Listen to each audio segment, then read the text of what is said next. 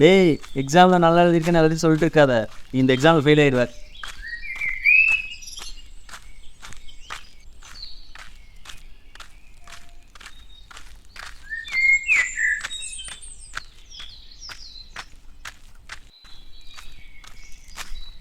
Report கார்டை வீட்டில் காமிச்சிரு, ஒழிச்சு வைக்காத. உங்கள் அப்பா கண்டுபிடிச்சிருவார், அப்புறம் தாங்காத பார்த்துக்க.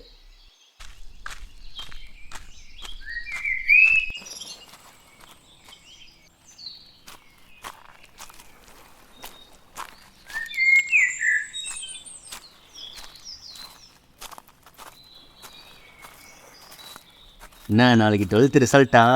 மார்க்கெல்லாம் 463 வாங்கிடுவேன். உங்கள் சித்தப்பா சொல்கிற காலேஜில் மட்டும் சேர்ந்துறாரு.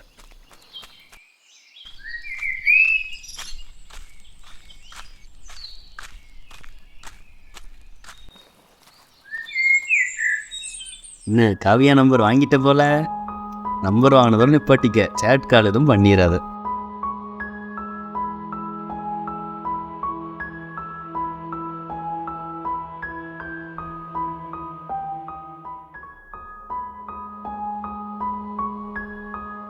ப்ரோ, யார் நீங்கள்?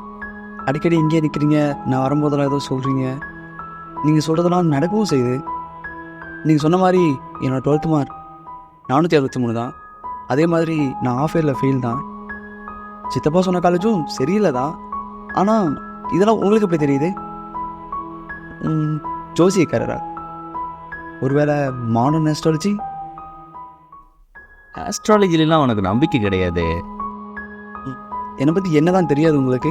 உன்னை பற்றி எல்லாமே தெரியாது எனக்கு. ஆனால் அடுத்த 20 வருஷத்தில் என்னென்ன நடக்குன்னு எனக்கு நல்லாவே தெரியும். அப்போது அடுத்த 20 வருஷத்தில் நான் எப்படி இருப்பேன் சொல்லுங்கள்? இதோ இப்படி.